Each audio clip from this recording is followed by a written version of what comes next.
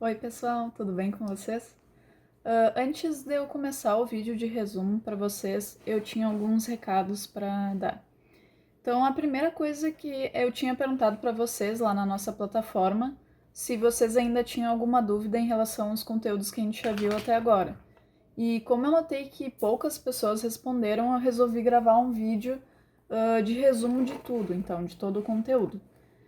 E também eu vou fazer alguns mapas mentais, né, para vocês, já que foi sugestão, eu não me lembro quem é que deu essa sugestão, mas eu achei legal, então o resumo ele vai ser todo baseado em mapas. E outra coisa é que se vocês não forem guardar esses arquivos das aulas anteriores que a gente já teve, seja no celular ou no computador de vocês, eu peço que vocês copiem em algum lugar para ter isso salvo, porque vai ser importante posteriormente. E também outra coisa daquela. Eu fiz uma pesquisa, né, com vocês pelo Google Forms, que alguns responderam, né, outros não, mas não tem problema, eu achei que uma grande quantidade de alunos responderam. E lá eu identifiquei que muitos dos alunos estão com dificuldades ainda nos conteúdos que a gente já viu. Então, eu resolvi focar mais nessas últimas aulas e identificar se vocês ainda têm alguma lacuna ou não. Caso ainda existam essas lacunas, eu vou fazer mais material para a gente conseguir entender bem essa parte do conteúdo e depois partir para um conteúdo novo. Caso eu veja que vocês já estão indo bem, no fim desse vídeo aqui, depois vocês vão fazer um testezinho que eu vou colocar ali na plataforma também. É um questionário que nem o do Google Forms que eu mandei para vocês lá sobre a pesquisa, só que é relacionado ao conteúdo que a gente já viu. Aí ali naquelas perguntas eu vou identificar se vocês ainda estão com muita dificuldade, se vocês estão ok para a gente seguir para o próximo conteúdo, certo? Então vamos começar com o nosso primeiro conteúdo, que foi sobre a carga elétrica. Então, como a gente já viu na aula presencial, eu vou ficar olhando aqui para o lado porque eu estou acompanhando os PowerPoints e falando para vocês, tá? A gente já viu que a carga elétrica ela é uma propriedade da partícula. E por ser muito pequena essa carga, a gente utiliza aquelas unidades submúltiplas que são milicoulomb, microcoulomb, nanocoulomb e picocoulomb. Isso aí a gente já viu até na aula presencial mesmo, mas eu só estou retomando para vocês lembrarem disso. Também a gente viu que existe uma relação que nos ajuda a calcular a carga elétrica que um corpo possui através da quantidade de partículas que a gente tem num determinado corpo, num determinado objeto. A equação, então, ela se dá pelo seguinte: a quantidade de carga, que é o Q, vai ser igual ao número de partículas, simbolizado por aquele Nzinho ali, multiplicada pelo valor E, que é a carga do elétron ou a carga do próton, né? Lembrando que um próton e um elétron eles têm a mesma carga, o mesmo valor, que é 1,6 vezes 10 na menos 19 coulombs, mas com sinais opostos. Um tem o sinal negativo, que é o elétron, e o outro tem o sinal positivo, que é o próton. E os átomos, né, também possuem a partícula do nêutron, só que pelo nome já diz, né, a carga dele é igual a zero, uma carga neutra. Outra coisa importante também da gente lembrar é que átomos nêutrons possuem o mesmo número de prótons, elétrons e nêutrons, tendo uma carga elétrica total igual a zero. Mas se há um desequilíbrio nesses átomos, ou seja, se há menos elétrons do que prótons, ou o contrário, a sua carga total não será zero, mas sim positiva ou negativa. Esses átomos a gente costuma chamar de íons, onde a gente tem os dois tipos de íons, que são os ânions, que são os átomos que têm mais elétrons do que prótons, e os cátions, que são os átomos que têm mais prótons do que elétrons ali. Então aqui eu trouxe um exemplo para vocês de um ânion e de um cátion, onde o ânion tem um excesso de elétrons e o cátion um excesso de prótons, ou seja, quando se tem excesso de elétrons, a gente tem um excesso de carga negativa, então aquele átomo ele vai estar eletricamente negativo. E quando a gente tem um excesso de prótons, a gente vai ter um excesso de carga positiva, tendo um átomo carregado eletricamente positivo. Ok, então logo em seguida eu passei alguns exercícios para vocês sobre cálculo de carga elétrica em alguns corpos. Eu não vou resolver todos os exercícios aqui, porque eu já coloquei a resolução lá na plataforma, aquela antiga para vocês, de todos os exercícios. Mas eu escolhi alguns aqui que são mais complicadinhos, então eu vou resolver esses para vocês verem. Bom, pessoal, então eu vou resolver aqui o exercício 5, né, daqueles primeiros exercícios que eu passei para vocês. Então, é um exercício lá da Fundação Getúlio Vargas de São Paulo e diz o seguinte, ó, deseja-se eletrizar um objeto metálico inicialmente neutro, pelos processos de eletrização conhecidos, né, e obter uma quantidade de carga negativa, né, então é 3,2 microcoulomb, tá? Então, essa daqui vai ser a nossa quantidade de carga, tá? Sabendo-se que a carga elementar vale 1,6, a carga elementar é aquele Ezinho que eu falei para vocês da fórmula, que a gente tem Q igual a N, que é o número de partículas, vezes E, que é a carga elementar, que sempre vai ser esse mesmo valor aqui, tá? Para elétron vai ser negativo e para próton vai ser positivo. Para se conseguir a eletrização desejada, será preciso... Tá, ok. Aí tem as opções ali. Retirar do objeto 20 trilhões de prótons, retirar do objeto 20 trilhões de elétrons, acrescentar ao objeto 20 trilhões de elétrons, acrescentar ao objeto cerca de 51 trilhões de elétrons, ou retirar do objeto cerca de 51 trilhões de prótons. Primeira coisa, a gente vai ter que ver o que o exercício pede. Ó. Ele quer eletrizar um objeto metálico e obter uma quantidade de carga negativa de menos 3,2 microcoulombs. Então, é essa carga aqui que ele deseja obter. Bom, a gente já tem o valor da carga que deseja obter. O N a gente não sabe. O E é esse valor aqui, né?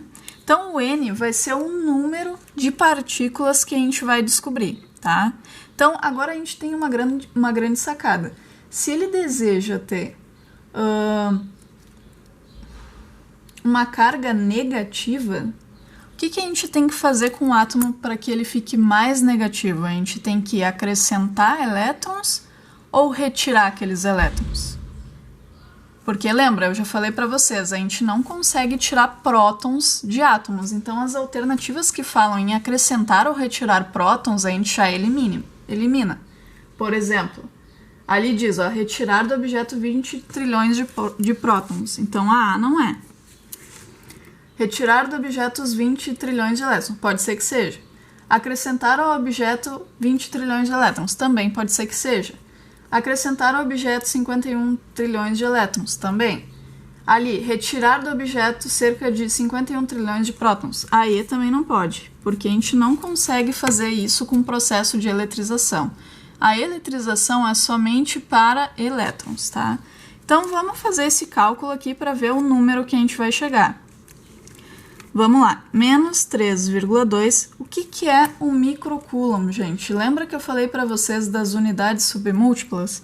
O microcoulomb, ele significa que é esse número aqui multiplicado por 10 na menos 6 coulombs, tá? Então, eu escrever 3,2 microcoulomb e eu escrever 3,2 vezes 10 na menos 6 coulombs é a mesma coisa. Só que aqui a gente está meio que resumindo isso aqui, tá? Em vez de eu escrever o 10 a menos 6, eu coloquei micro ali. Então, é isso que significa esse micro. Agora, o N é o que a gente quer saber, né? Que é a quantidade de partículas, vezes o E, que é 1,6 vezes 10 na menos 19. Aqui a gente vai usar negativo, tá? Porque a gente está falando de acrescentar ou retirar elétrons. Então, vamos lá. Agora, a gente tem um número aqui que a gente não sabe, que é o que a gente quer descobrir, e aqui tem um número que está multiplicando ele. Como eu quero deixar essa letra aqui, essa variável sozinha, eu vou colocar ela para o outro lado. Como aqui está multiplicando, a gente vai passar para o outro lado dividindo. Vai ficar menos 3,2 vezes 10 na menos 6 dividido por menos 1,6 vezes 10 na menos 19, igual a n. Agora, para fazer essa divisão aqui, gente, o que eu aconselho a vocês? Dividam esse número aqui por esse, 3,2 dividido por 1,6, que vai dar 2. E agora, com a potência, o que a gente vai fazer com esses expoentes aqui? Quando é divisão, a gente vai pegar o expoente de cima e diminuir do expoente de baixo, tá? Então, vai ficar assim, ó, 2 vezes 10 na menos 6. Menos 19, esse menos com menos aqui vai ficar mais, né? Então, fica menos 6 mais 19, que vai nos dar 10 na 13, certo? Achamos o número ali de partículas. Como a gente deseja que fique negativo, a gente tem que acrescentar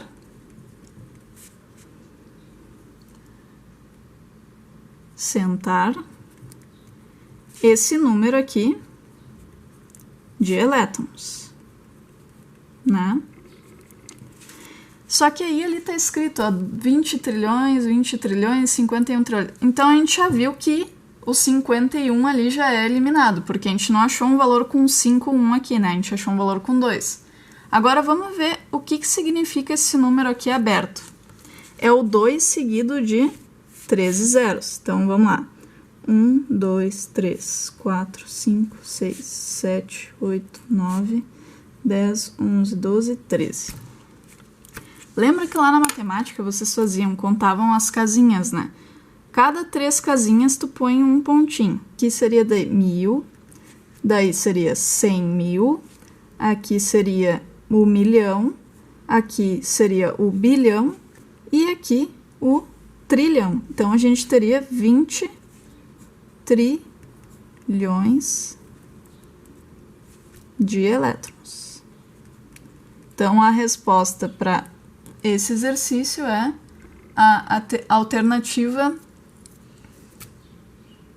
C, que é acrescentar ao objeto 20 trilhões de elétrons.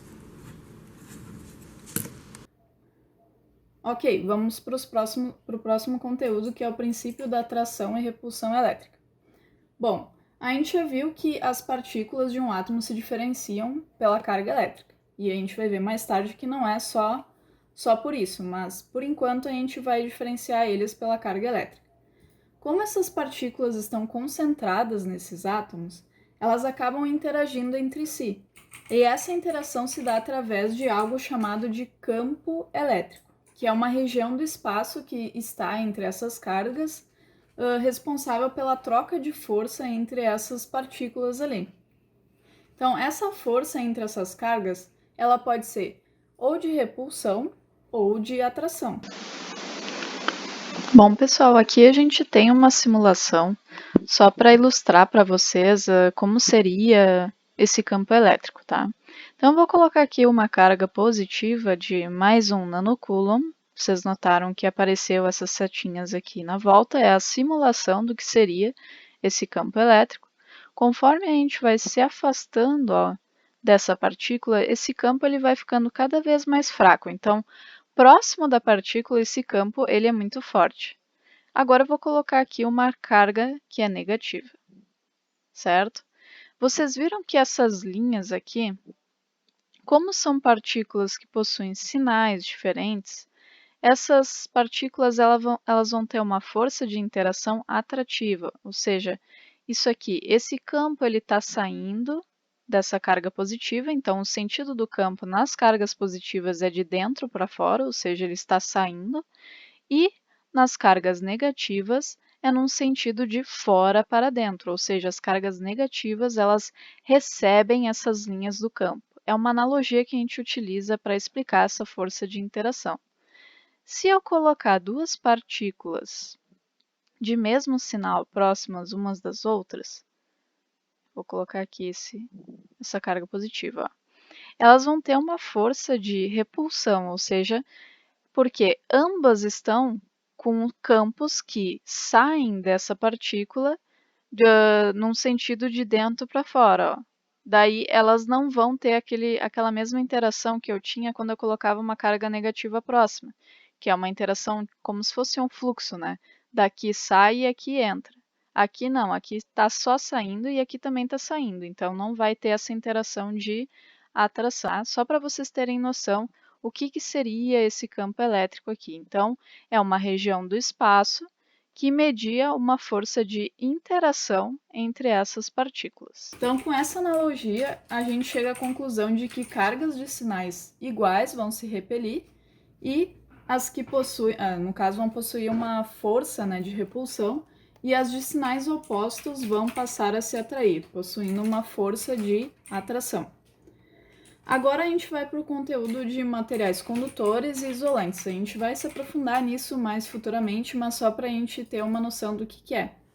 Então a gente já viu que na estrutura do átomo, os elétrons são as partículas que ficam mais afastadas do núcleo daquele átomo ali.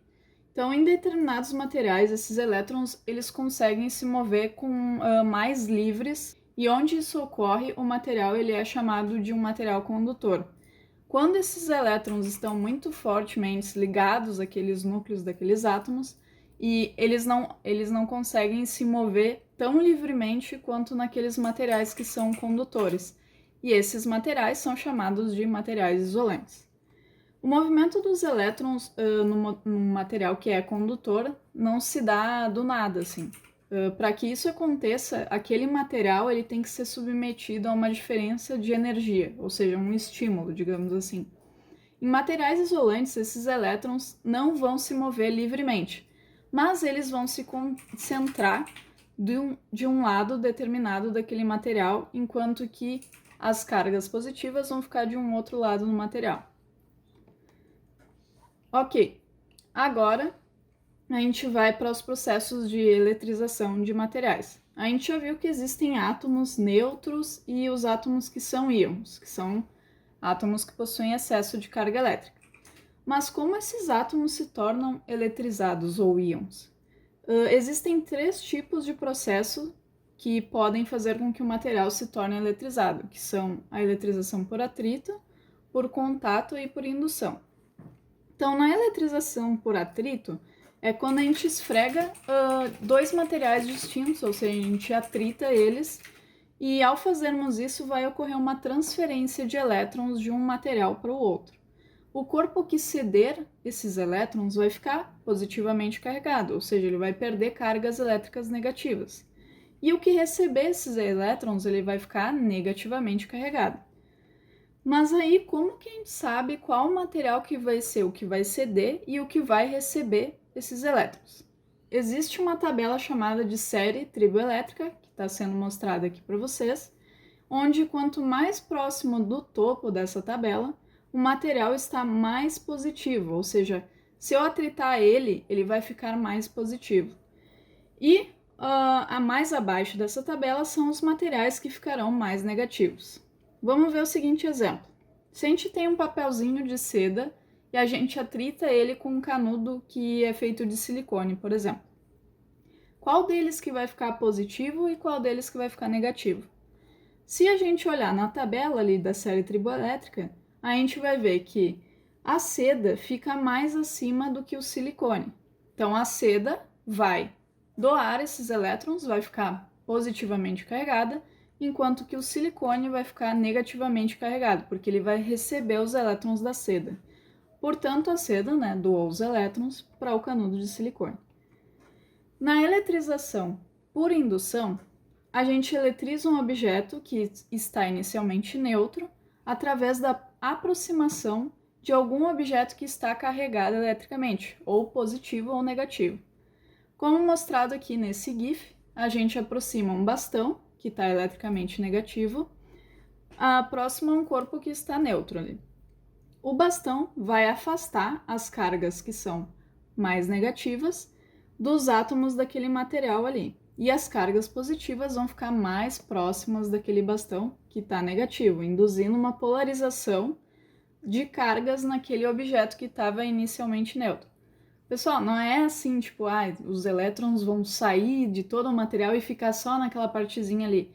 Não, cada átomo vai ficar polarizada, então as cargas mais negativas vão ficar mais próximas do bastão e as positivas mais afastadas. Não quer dizer que os elétrons saiam de todos os átomos e fiquem ali naquela região. O que vai acontecer é que cada átomo vai ter uma polarização ali. Então agora também observem esse próximo GIF, que quando a pessoa toca naquele objeto que foi induzido com uma carga elétrica, as cargas negativas passaram para o corpo da pessoa e acabaram descendo pelo corpo. Se a gente encosta em um objeto que está eletrizado, o nosso corpo vai servir de condutor daquelas cargas em excesso ali para a terra, que a gente chama, deixando aquele material que estava carregado neutro. Isso ocorre porque na Terra a gente possui uma quantidade muito grande de elétrons e de prótons, e esse é o processo de aterramento. Então é quando a gente libera aquele excesso de cargas ali de um material para a Terra, deixando ele neutro, através de um condutor. Se vocês assistiram lá o meu vídeo do eletroscópio caseiro, vocês vão ver na prática como aquilo ali funciona, como o processo de aterramento também funciona. Caso vocês ainda não tenham visto o vídeo e se interessem em ver, procurem lá no canal ou nos materiais antigos que já tem lá o link. Agora a gente vai para a eletrização por contato.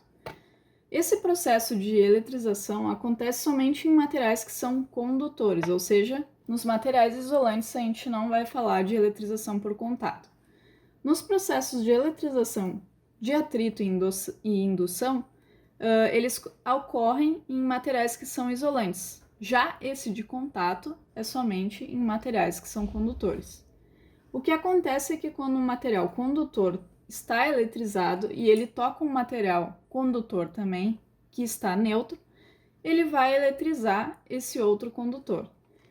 A gente tem que estar atentos, né, a algumas observações sobre esse tipo de eletrização. A primeira coisa é que esses materiais eles vão ficar eletrizados com a mesma carga. Por exemplo, se um material condutor está negativamente eletrizado e encosta em um material que está neutro, ele vai tornar esse objeto neutro carregado negativamente também, nunca vai ser positivamente. A segunda coisa é que nesse tipo de interação, o princípio de conservação da carga se aplica. O princípio de conservação da carga nos diz que a soma das cargas dos corpos antes do contato e após esse contato tem que ser sempre a mesma. Se as esferas forem iguais após o contato, elas ficarão com cargas iguais. Se as esferas forem diferentes, ou seja, de tamanhos diferentes, elas ficarão com cargas distintas equivalentes ao seu tamanho. Mas a soma dessas duas cargas antes do contato e após sempre vai ser a mesma. Para isso a gente usa essa relação aqui mostrada, que é onde QA mais QB é igual a QA' mais QB'. O QA e o QB são a soma das cargas antes do contato, e o QA' e QB' são as somas das cargas após o contato. Vamos supor aqui que a carga A antes do contato tem uma carga de 1 e a carga B tem uma carga de 2. A soma das duas cargas tem que ser 3, né? Então, QA' e QB' também tem que dar 3. Agora eu vou resolver alguns exercícios sobre essa conservação da carga para vocês visualizarem como se resolve na prática. A questão 4 ali, que fala sobre as esferas idênticas. Então a gente teria duas esferas idênticas, a A e a B, tá? Ficou meio estranho aqui esse desenho, mas elas são iguais. Vou até escrever aqui. Iguais. Inicialmente, a esfera A possui carga igual a 4 microcoulombs. E a esfera B, menos 9 microcoulombs. Qual o valor da carga elétrica final em cada esfera após entrar em contato? Então, a gente quer saber o que é a carga final dessas esferas. E se elas não fossem idênticas e a esfera B ficasse ao final com uma carga de 2 microcoulombs, qual seria a carga de A? Tá, vamos fazer primeiro a letra A, depois a gente faz a B, tá? Então, por aquela equação que a gente tem, que relaciona as cargas antes e depois do contato, a gente sabe que a carga da primeira esfera mais a carga da segunda esfera antes do contato tem que ser igual à carga da primeira esfera depois do contato mais a carga da segunda esfera após o contato, tá? Então, a primeira coisa que a gente vai ver aqui, cada esfera possui um sinal diferente, né? A esfera A é positiva e a esfera B é negativa. Então, vamos fazer primeiro a soma dessas duas cargas. Vai ficar 4 mais menos 9, né? Isso aqui microcoulomb. Agora, no fim, a gente não sabe, né? Quanto que vai ficar isso aqui. 4 mais menos 9. 4 menos 9 dá menos 5, né? Então, essa é a carga antes, a carga total antes delas entrarem em contato. Pelo princípio da conservação, a carga depois também tem que ser igual. Então, a carga total final também vai ser menos 5 microcoulombs. E aí ele pergunta quanto que ficaria cada esfera após o contato, né? Na primeira alternativa ali. Se no fim a carga total dessas duas cargas é menos 5, então cada carga vai ficar com metade disso aqui. Então, o Q a linha vai ficar com menos 2,5 microcoulomb e a carga B linha também, menos 2,5 microcoulomb. Aí na B ele já faz outro tipo de questionamento. Ele pergunta se essas esferas não forem idênticas e a esfera B, no fim, fica com uma carga de 2 microcoulombs. Qual seria a carga de A? Beleza, então. Aí na B, ele pergunta qual que seria a carga final de cada uma se a B, no fim, ficasse com uma carga de 2 microcoulombs. Então, é uma situação 2. Eu sei que a carga total antes do contato é menos 5 microcoulombs. Depois, a carga de A, eu não sei. E eu sei que a carga de B é 2 microcoulombs, tá? Então, o que a gente tem que fazer agora? A gente tem que descobrir quanto que vai ficar a carga A depois do contato. Eu já sei que a B ficou com 2, então basta a gente isolar essa variável aqui. Como é que a gente isola ela? A gente pega esse 2 e põe lá para o outro lado.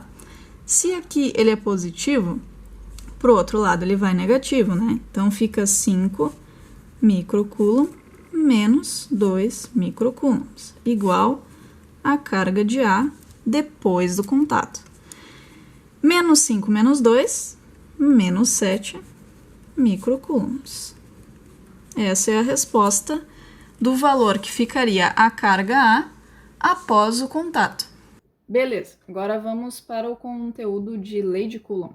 Lá no material de vocês, se vocês quiserem revisar também, tem todo um conteúdo histórico e a história por trás da lei de Coulomb. Mas como aqui é um vídeo de resumo, eu vou trazer só algumas questões chaves, tá? Então, iniciando pela sacada do Benjamin Franklin, que ele fez um experimento com uma garrafa eletrizada, notando que se ele colocasse uma esfera carregada negativamente dentro da garrafa que estava eletrizada positivamente, a esfera lá dentro da garrafa ficava imóvel, ou seja, ela não era atraída por nenhuma das paredes daquela garrafa. Ele mandou esses resultados desse experimento para o Coulomb, que repetiu também o experimento e teve as mesmas conclusões. Com o conhecimento da gravitação de Newton, Coulomb associou que a força elétrica tinha semelhanças com a força gravitacional. Já se tinha o conhecimento que no centro da Terra a soma das forças gravitacionais ali era nula. Então, semelhante, né, com a força elétrica agindo sobre a esfera que estava carregada negativamente dentro daquela garrafa. Assim, a fórmula da força elétrica se assemelha muito à fórmula da força gravitacional, se modificando apenas por alguns parâmetros, tá? Então, o outro experimento que ajudou na comprovação das relações entre força elétrica, carga e distância entre essas cargas foi o experimento da balança de torção. Esse experimento ele trouxe como contribuição que a força elétrica ela diminui com o inverso do quadrado da distância, ou seja, conforme a gente for aumentando a distância entre esses corpos eletrizados, essa força elétrica vai diminuir com o quadrado dessa distância. Então, na fórmula, outra coisa também é que essa força elétrica ela é proporcional à quantidade de carga que existe entre os corpos que estão sendo medidos ali. Então, ela é proporcional, ou seja, quanto maior for o valor da carga elétrica daqueles corpos, maior vai ser a força elétrica. Na fórmula também a gente tem aquela letra K ali mostrada. Essa letra ela é chamada da constante elétrica e ela se modifica, constante eletrostática, desculpa.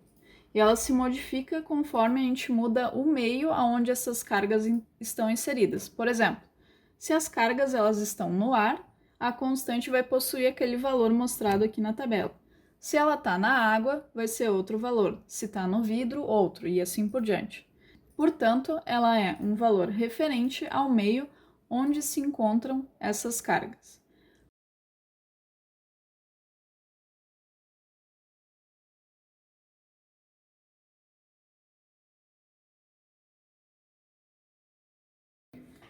Então é isso, gente. Esse é o nosso vídeo de resumo. Espero que eu tenha ajudado vocês aqui de alguma maneira. E após assistir esse vídeo, por favor, respondam lá o formulário do Google Forms para eu verificar como é que foi, como é que está sendo o andamento de vocês em relação a esses conteúdos. Então, obrigada e até uma próxima.